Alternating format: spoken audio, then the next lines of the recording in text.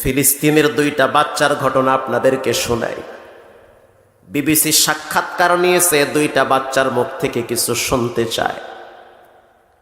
দুইটা বাচ্চার সন্ধানে গেল একটা গ্রামের ভিতরে, গিয়া দেখতে পেল তাদের ঘরটা মাটির সাথে পোড়া পোড়া হয়ে মিশে আছে, কিচ্ছু নাই, একেবারে পুইরা আছে।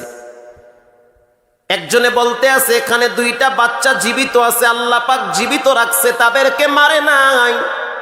কোথায় তারা? বলে একটু সামনে আগায় দেখেন গণকবরস্থান, ওখানে গেলে পাবেন। এবার সেই সাংবাদিক চলে গেল সামনের দিকে, গিয়া দেখলো বিশাল বড় একটা গোরস্থান, গণহারে সেখানে দাফন করা হয়েছে। দুইটা বাচ্চা একেবারে সবার পিছনে একটা কবরের পাশে, কেউ বসে কেউ দাঁড়ায়া চোখের পানি ছেড়ে কাঁদতেছে। সাংবাদিক সেখানে গেল, পিছনে দাঁড়ায় আছে ছোট বাচ্চাটা, বসে বসে কবরে হাত দিয়ে অজরে কাঁদে আর বলতে আছে, আল্লাহ তুমি আমার মায়েরও নিয়ে গেছো, বাবারও নিয়ে গেছো। বড় বাচ্চাটা বলতে আছে, আল্লাহ তুমি আমার ছোট্ট ভাইটারে ধৈর্য ধরার তৌফিক দাও। সাংবাদিক প্রশ্ন করলো বড় সন্তানটারে, ও সন্তান তোমার আব্বা আম্মা দুইজনই? বলে দুইজনই বিমান হামলায় এখানে পড়ে আছে। এবার আবার প্রশ্ন করা হলো, এই যে এখানে পড়ে আছে, তোমাদের ভিতরে কোনো ভয় ভীতি কিছু কাজ করে নাকি? তখন বড় সন্তানটা জবাব দিল, আমাইয়া তাওয়াক্কাল আলাল্লাহ,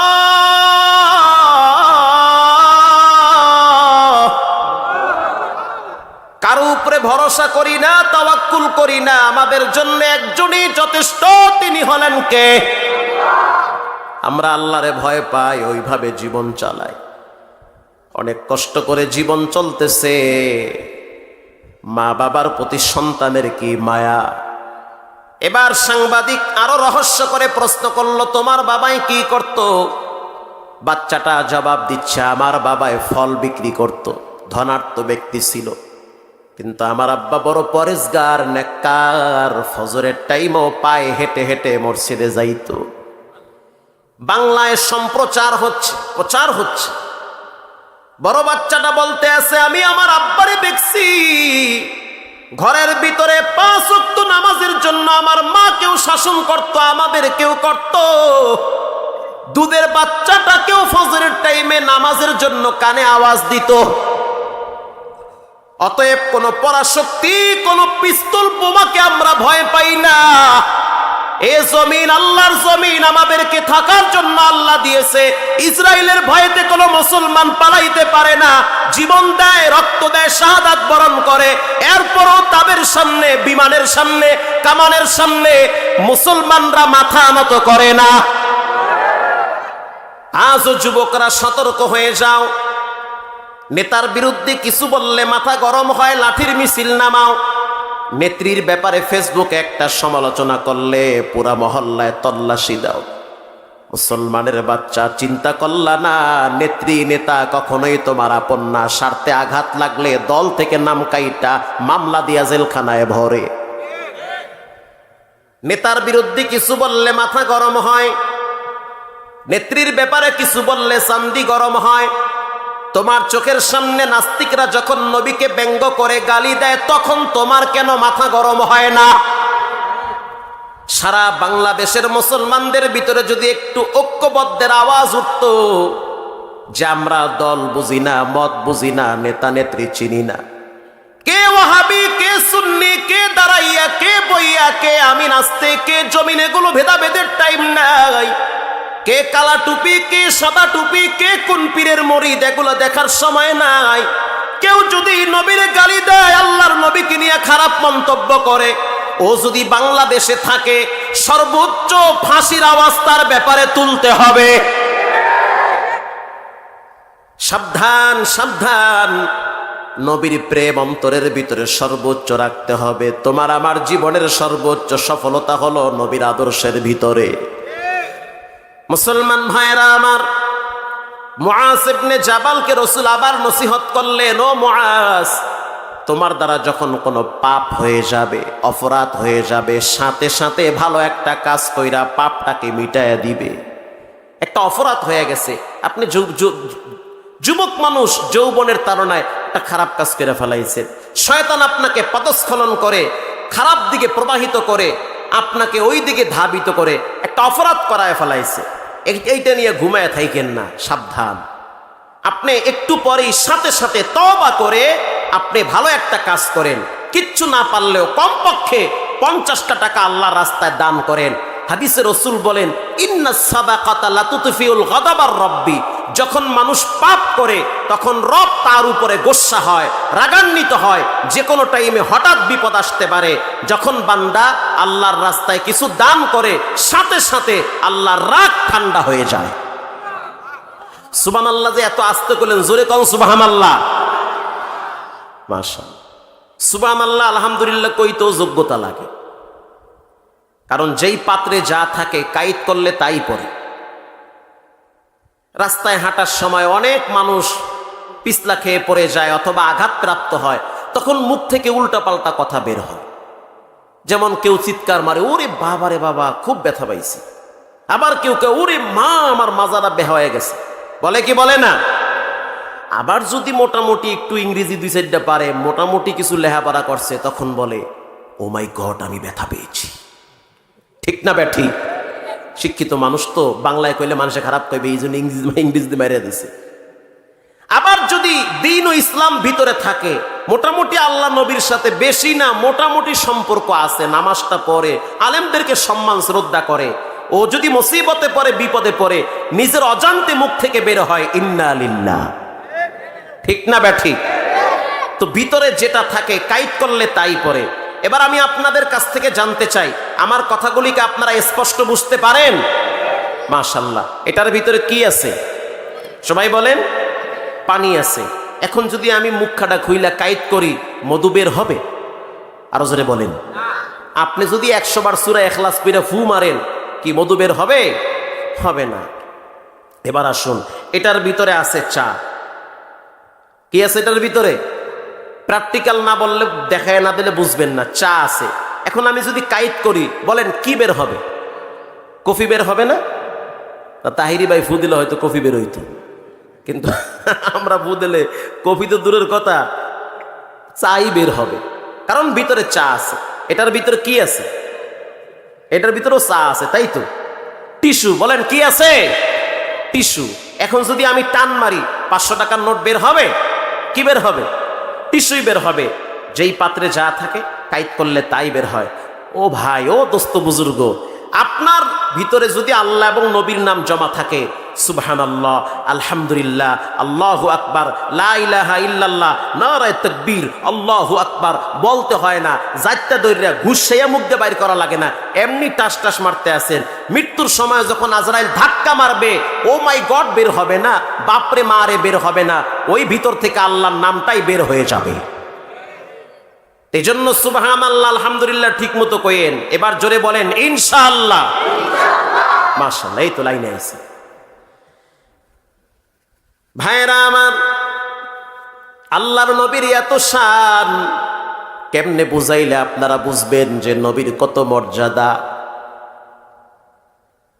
আল্লামা জালালউদ্দিন সুয়ুতি রাহমাতুল্লাহি আলাইহি লেখেন খাসায়েসুল কুবরার ভিতরে, বাইতুল্লাহর চত্বরে আল্লাহর নবী বসে আছে। ইন দি মিন টাইমে দূর থেকে এক বেঈমান রাসূলুল্লাহকে নিয়ে উপহাস করে। কথা শোনার কি রুচি আছে আপনাদের? দূর থেকে একজন রাসূলুল্লাহকে ব্যঙ্গ করে। আল্লাহর হাবিব বলতে আছে, ও সাহাবায়ে কেরাম, তোমরা কি মনে করেছো যে এদের 2-4 জনের কথায় আমার সম্মান বুঝি নষ্ট হয়ে গেছে? না না, আমি যখন মেরাজের সফরে গেলাম, আমার চোখ দিয়ে আমি দেখছি জান্নাতের প্রত্যেকটা গাছের প্রতিটা পাতায় আমি মুহাম্মদের নাম আল্লাহ লিখে দিয়েছে। সুবহানাল্লাহ, কয় কি? কেমন নবীর উম্মত হইলাম, কেমন আশেকে রাসূল। ঠান্ডা মাথায় ধাপে ধাপে আস্তে আস্তে কথাগুলো আমি সাজায় গুছায় বলতেছি। ছোট্ট একটা বাচ্চা যখন মায়ের পেটে থাকে, মায়ের পেটটা আস্তে আস্তে বড় হয়, যখন ডেলিভারির সময় হয়ে যায়, পেইন শুরু হয়, ব্যথা শুরু হয়, হয় হসপিটালে না হয় বাসায়। বাচ্চা যদি নিরাপদে দুনিয়াতে আসে, বাচ্চা দুনিয়াতে আসার পর একজন মুসলমানের দায়িত্ব হলো ডান কানে কি বলা? বলেন বলেন বলেন, আজান দেওয়া। অথচ মায়ের পেটে লম্বা টাইম ছিল, মায়ের পেটে থাকা অবস্থায় পা দিয়া লাথি মারছি, হাত দিয়া সন্তান ঘুষা মারছি, মাথা দিয়ে আঘাত কইরা মায়ের বেহুশ বানায় দিছে সন্তান। ওই সন্তানটাকে জন্ম দিতে গিয়ে মা রক্তাক্ত হয়ে গেছে। পেট থেকে যখন দুনিয়াতে আসে, ওই মায়ের নামটা কিন্তু বাবা কানে দেওয়া হয় না।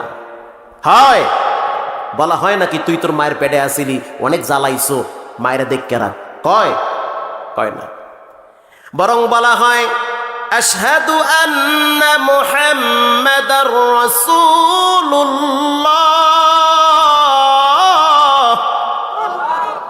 আল্লাহ এবং নবীর নাম কানের ভিতরে ঢুকায় দেওয়া হয়। আল্লাহর নাম সাবধান, নবীর নাম, এই দুইজনকে ভুলবা না। এই দুইজনকে ভুললে দুনিয়ার সবাইরে চিনলেও কোনো লাভ হবে না। আর এই দুইজন রে চিনলে দুনিয়ার সবাইরে আল্লাহ তোমারে চিনায়া দিবে। মুহাদ্দিস শাহ হুজুর আপনাদের হবিগঞ্জের সন্তান দুনিয়ার থেকে বিদায় হয়ে গেছে, তাই না হুজুর? সারা পৃথিবীর মানুষ তারে চিনতো। কেন চিনতো? শুধুমাত্র কোরআনের কারণে। করোনার সময় কত মানুষ দুনিয়ার থেকে বিদায় হয়ে গেছে, কত এমপির জানাজায় দেখছি সন্তানরা ভয়েতে বাইরে গেছে গা। বাইরে মানে বাংলাদেশ থেকে ওই যে কি কয় চট্টগ্রাম গেছে, ওটা তো আলাদা একটা দেশ না, চট্টগ্রাম। শিল্পপতির সন্তান বাবারে ফালায় রাইখা পালায় গেছে, আইরে সন্তান। ওই সময় তাকায় দেখলাম লকডাউন চলতে আছে, রাস্তায় রাস্তায় গাড়ি চেকিং হচ্ছে, এক জায়গার থেকে আর এক জায়গায় যেতে পারবে না, মসজিদে যাইতে পারবা না, সাবধান, ঘরে বয়া সিজদা দাও। অথচ পুরা বাজারে হাজার হাজার মানুষ মাছ বেচা কিনা করে, তখন আর করোনা থাকে না। কথা কম না কা? ওই সময় দেখলাম বিবারিয়ার জমিনের দিকে তাকায়া জুবায়ের আহমদ আনসারীর জানাজা। ইতিহাস ব্রেক হয়ে গেছে। হ্যাঁ, ইতিহাস ব্রেক হয়ে গেছে, তোমরা গাইলেইতে পারো, ইতিহাস ব্রেক হয়ে গেছে। জুবায়ের আহমদ আনসারী রহমাতুল্লাহি আলাইহি, ব্যক্তি যেমন হয় তার জানাজার দৃশ্য দেখলেই বোঝা যায়। হ্যাঁ ঠিক কথা, এটা মনে রাখবেন। ব্যক্তি যদি নেককার হয়, আল্লাহওয়ালা হয়, তার জানাজার দিকে তাকাইলে বুঝবেন লোকটা আল্লাহওয়ালা। ব্যক্তি যদি নায়ক নায়িকা হয়, উজু ছাড়া আল্লাহু আকবার। কয়েকদিন আগে নায়ক ইলিয়াস কাঞ্চন দুঃখ করে কইছে যে খবরদার, নায়ক নায়িকা কেউ মারা গেলে আপনারা যারা এবিসিতে চাকরি করেন, উজু ছাড়া যেন কেউ নামাজে না দাঁড়ায়, এটা দুঃখজনক। আমি অধিকাংশ মানুষদেরকে দেখছি উজু ছাড়া আল্লাহু আকবার। ওরে বোমবাস্টিং মার্কা মুসলমান আছে না নাই? মানে তারাই সত্য কথা বইলা দিছে। ওই সময় দেখলাম হাজার হাজার মানুষ পঙ্গপালের মতো বিবারিয়ার জমিনে জুবায়ের আহমদ আনসারী রহমাতুল্লাহি আলাইহিকে বিদায় দিছে। আরে বাবা, তাকে অনেক সময় আমাদের সেই চরাঞ্চলের মানুষ অনেকেই চিনত না, বুঝতো না, বয়ান শুনতো যে ইনি জুবায়ের আহমদ আনসারী, চিনত না। কিন্তু তার মৃত্যুর পরে বেঈমানেরাও তাকে চিনছে যে খাঁটি একজন আল্লাহর ওলি দুনিয়ার থেকে বিদায় হইছে। কথা কন না কা? দুনিয়ার থেকে বিদায় হয়ে গেছে। হিংসা করবেন না, খবরদার। আপনার নিজের আমল নিজে হিসাব মিলান। নিজে কতদূর ঈমান নিয়ে মরতে পারবেন সেটা মিলান, আর একজনের দিকে বেকা আঙ্গুল তুইলেন না। নিজে আগে নিজের দ্বারা মিলান। নিজে ঈমান লইয়া মরতে পারবেন কিনা, না বিড়ি খাইতে খাইতে মরবেন, এই চিন্তা করেন। জন্মের পরে ডান কানে আজান, বাম কানে ইকামত, সেখানেও নবীর নাম ঢুকায় দেওয়া হয়। এরপরে যখন বাচ্চা আস্তে আস্তে বড় হয়, বড় হওয়ার পর যদি হঠাৎ স্ট্রোক করে মারা যায়, অসুস্থ হয়ে মারা যায়, অথবা ব্লাড ক্যান্সারে আক্রান্ত হয়ে মারা যায়, অথবা কিডনি নষ্ট হয়ে মারা যায়, অথবা আগুনে পুড়ে মারা যায়, অথবা পানিতে ডুবে মারা যায়, অথবা বিদ্যুৎ স্পটে মারা যায়, হঠাৎ যদি দুনিয়ার থেকে বিদায় হয়, বিদায় হওয়ার পর মুসলমান হইয়া থাকলে তার লাশটারে সুন্দর কইরা জামাই আদরে গোসল করায়, এরপরে 3টা সাদা কাপড় পেঁচাইয়া সামনে ফালায় রাখে, ইমাম সাহেব সামনে দাঁড়াইয়া এরপরে তাকবীর দেয়। কয়টা? 11টা না, 4টা। 4 তাকবীর দেয়। প্রথম তাকবীরে কি পড়ে? সানা পড়ে না? প্রথম তাকবীরে সানা, দ্বিতীয় তাকবীরে দুরূদ শরীফ আছে না নাই? সেই দুরূদ শরীফের ভিতরে আল্লাহুম্মা সাল্লি আলা মুহাম্মদ। জানতে চাই যুবক, ওখানেও মুহাম্মদ শব্দ আছে না নাই? এখানেও মুহাম্মদ। এরপরে যখন লাশটারে কবরে শোয়ায় দেওয়া হয়, তখনও বলা হয় বিসমিল্লাহি ওয়া আলা মিল্লাতি রাসূলিল্লাহ। আরে বাবা, সেখানেও তো নবীর মিল্লাতে কবরে শোয়ায় দেওয়া হয়। লাশ কবরে রাখার পর ডানে মাটি, বামে মাটি, সামনে পিছনে মাটি, মাটি আর মাটি, মাটির ঘর, অন্ধকার ঘর, সাপ বিচ্ছুর ঘর। এতদিন যাদের কিনিয়া ঘুরছি, কেউ আপন না, খালি ঘর। এই কবরের ভিতরে প্রশ্ন করা হবে, বলো তোমার রবের নাম কি? প্রশ্ন করা হবে এই ব্যক্তিকে, মান হাযার রাজুলা। আল্লাহর হাবিবকে দেখায় দেওয়া হবে। যদি আপনি নবীর সাথে সম্পর্ক ভালো রাখেন, নবীর সুন্নাহ যদি মানেন, নবীর আদর্শ যদি বাস্তবায়ন করতে চান, দেখেই বুঝতে পারবেন ইনি আমার প্রিয় নবী, সাইয়্যিদুল মুরসালিন, রাহমাতুল লিল আলামিন, সাকিয়ে কাউসার, আকায়ে নামদার, তাজদারে মদিনা, ফখরুল হুদায়া, মুহাম্মাদুর রাসূলুল্লাহ। জোরে বলেন সাল্লাল্লাহু আলাইহি ওয়াসাল্লাম। এটা আপনি দেখেই চিনতে পারবেন। শর্ত হলো সেই নবীর সাথে সম্পর্ক রাখতে হবে।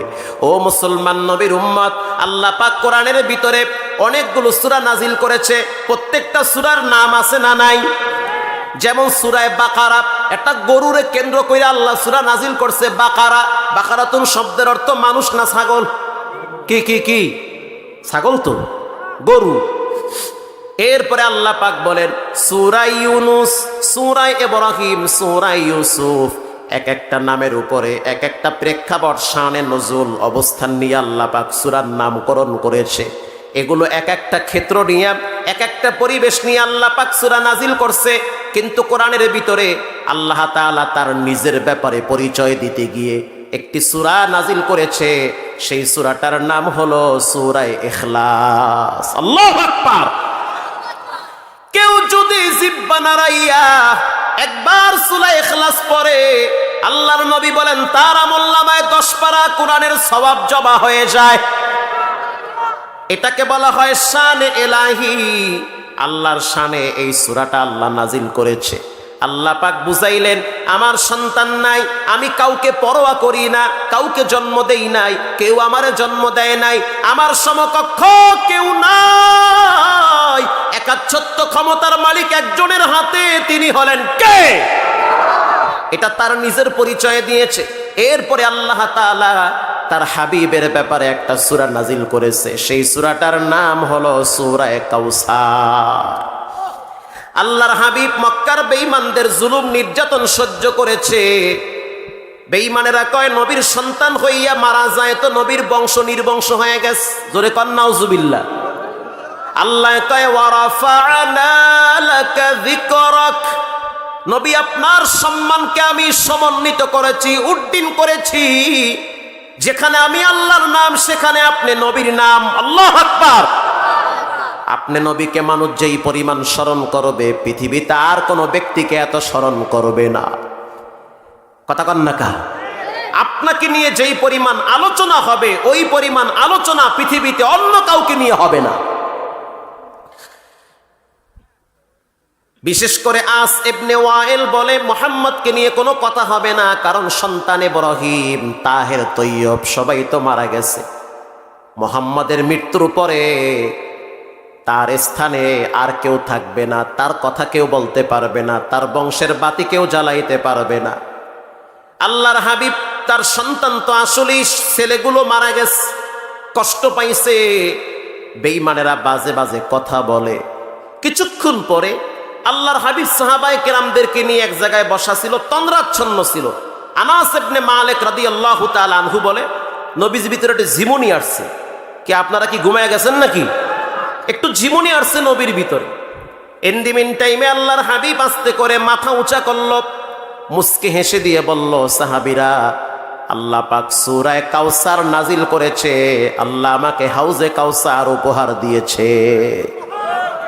হাউজে কাউসার, এটার মূল গোড়া ফাউন্ডেশন হলো জান্নাতের ভিতরে। ওখান থেকে দুইটা খাল হাসরের ময়দানে আসবে, এক হইয়া আল্লাহর হাবিব ওখানে দাঁড়ানো থাকবে। আসমানের যতগুলো তারা হাউজে কাউসারের পানির ততগুলো পেয়ালা হবে। এজন্য সূরা কাউসারে রব্বুল আলামিন বলেন, ইন্না আ'তাইনাকাল কাউসার, ও নবী আমার, নিশ্চয়ই আমি আপনাকে কাউসার উপহার দিলাম।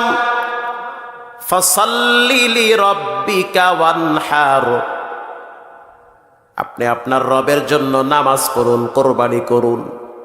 আল্লাহ তার নবীকে কয়, আপনি নামাজ পড়ুন, কোরবানি করুন আপনার রবের জন্য। ইন্না শানিআকা হুয়াল আবতার, যারা আপনাকে বলেছে নির্বংশ, তারাই নির্বংশ। আপনার বংশ কিয়ামত পর্যন্ত থাকবে, কিয়ামত পর্যন্ত আপনার বংশ থাকবে। এবার আসুন, আল্লাহ পাক তার রসুলকে কি পরিমাণ মহব্বত করত আপনারা ভালো করে জানেন। নবীর প্রতি সাহাবায়ে কেরামের কত ভালোবাসা। উহুদ পাহাড়ের পাশ দিয়ে আল্লাহর নবী যাইতেছে, ম্যাক্সিমাম টাইমে উহুদের পাশ দিয়ে নবী যায়। একদিন ঘটনাক্রমে উহুদ পাহাড়কে অ্যাভয়েড করে অন্য পাহাড়ের পাশ দিয়ে যাচ্ছে। হযরত জিবরাইল আমিন আয়েশা বলতে আছে, সরকারে দো আলম, আপনি আজকে উহুদ পাহাড়কে ছেড়ে অন্য পাহাড় নিয়েছেন, আপনার জন্য উহুদ কাঁদতে কাঁদতে জারজার হয়ে গেছে, আপনার জন্য কাঁদতেছে।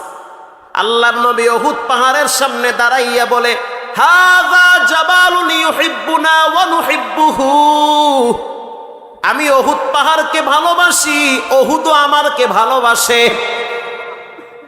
দেখেন, পাহাড়ও নবীকে ভালোবাসতো, পাহাড়ও নবীর প্রেমে কাঁদতে কাঁদতে জারজার হয়ে যাইত। মজার একটা ঘটনা আপনাদেরকে শোনায়।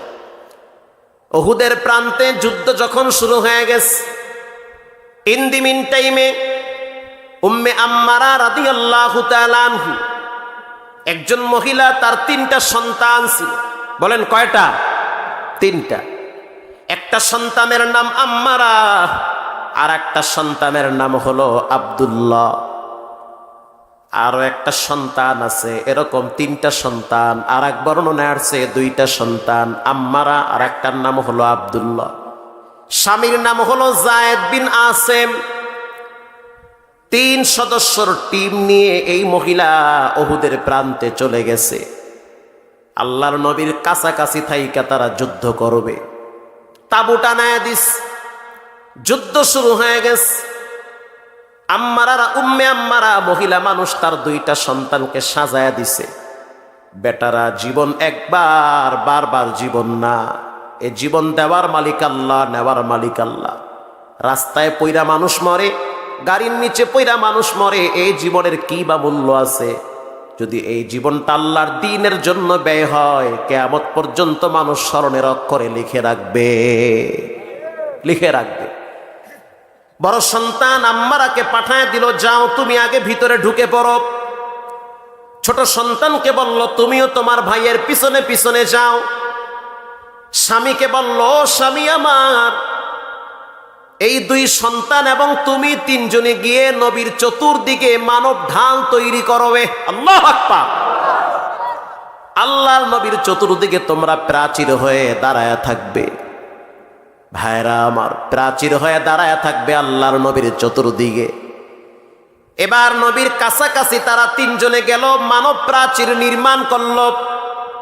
কিছুক্ষণ পর একজন বেঈমান দূর থেকে তীর মারছে, ছোট সন্তান আব্দুল্লাহর হাতে আইসা পড়ছে।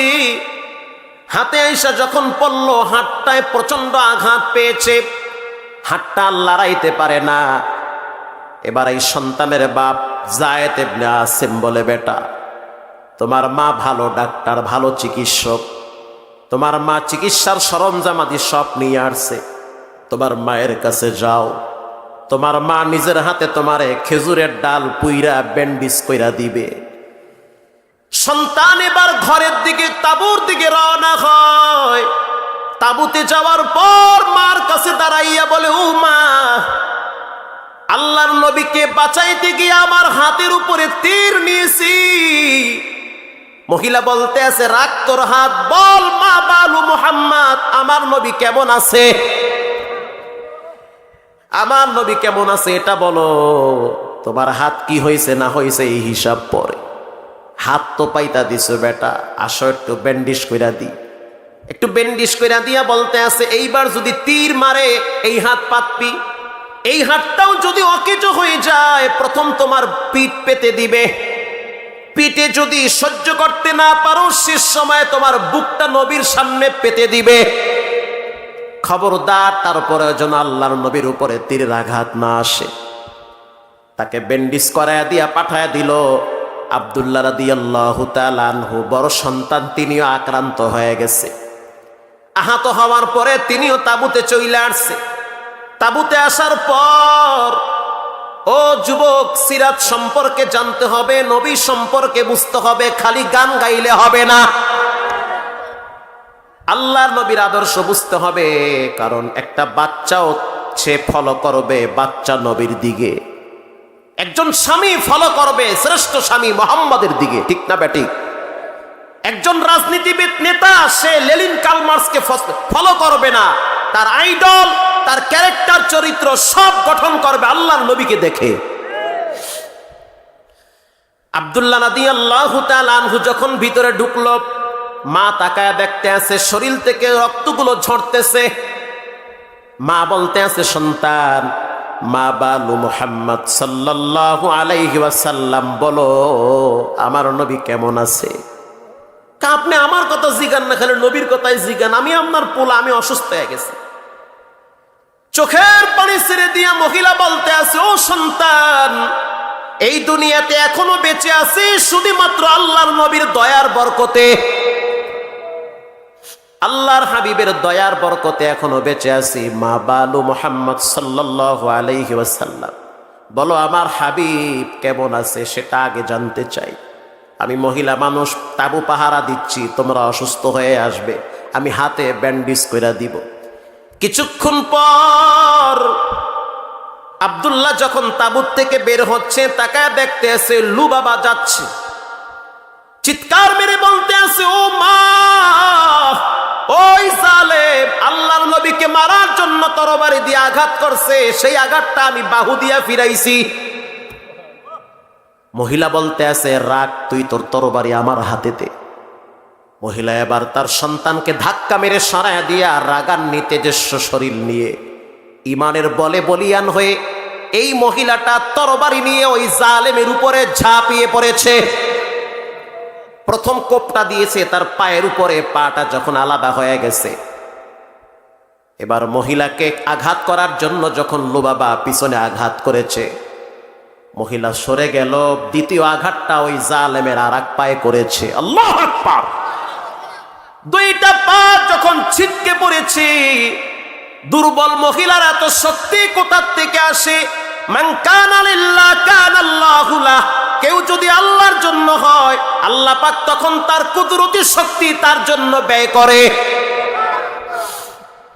যখন পাটা ডিসকানেক্ট হয়ে গেল, ওই দূর থেকে আল্লাহর হাবিব এই দৃশ্য দেখে তাকায় তাকায় মুস্কি মুস্কি হাসতেছে, তাকায় তাকায় মুস্কি মুস্কি হাসে।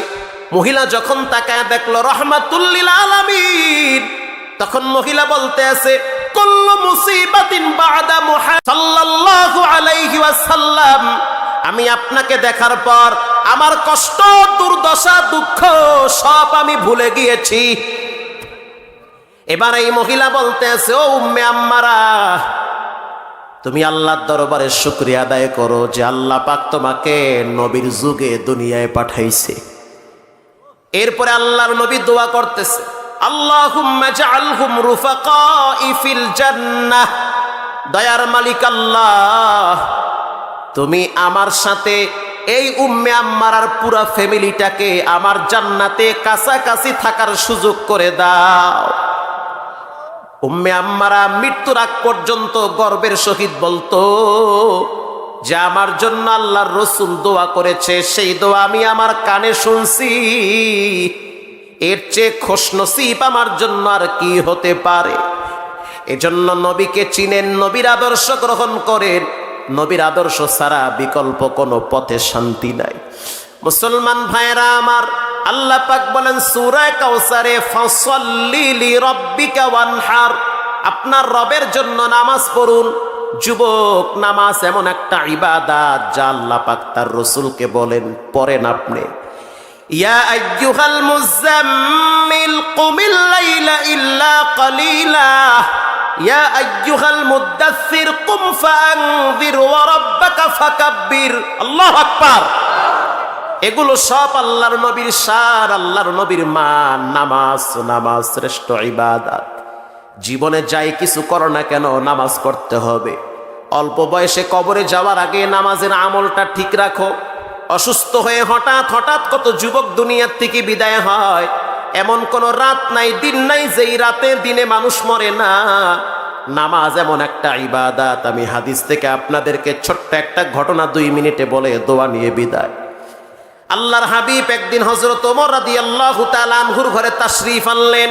কষ্ট হচ্ছে আপনাদের?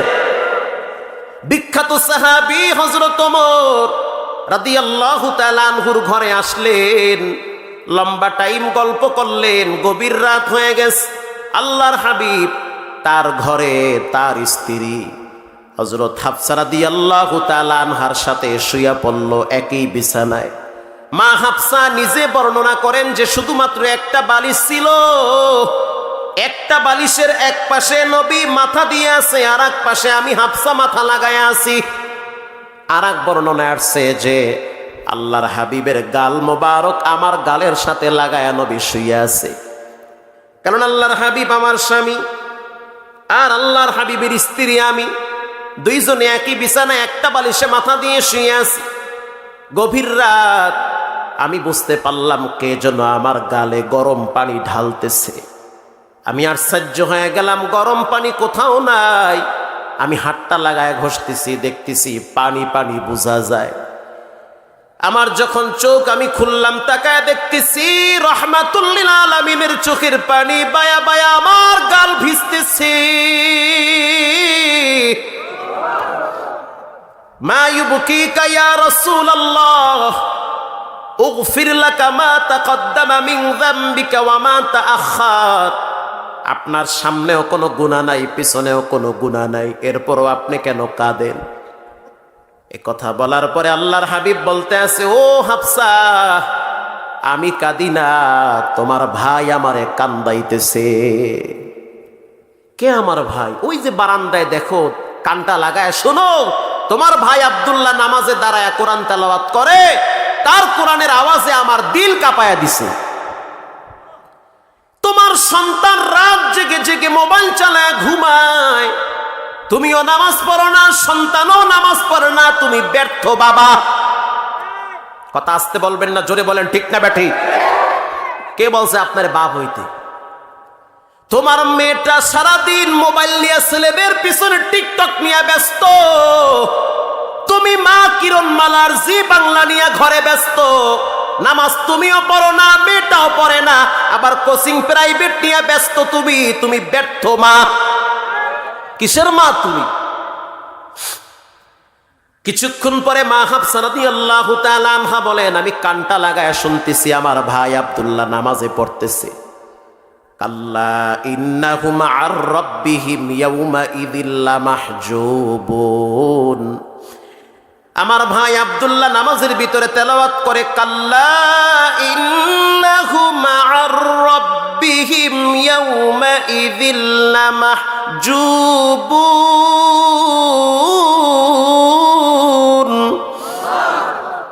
এই আয়াতের অর্থ হলো, কখনোই নয়, কিয়ামতের ময়দানে কিছু মানুষ তাদের চোখ দিয়ে তাদের রবকে দেখতে পারবে না। আল্লাহু আকবার। ও হাফসা, এটা তো খুবই দুঃখের বিষয়।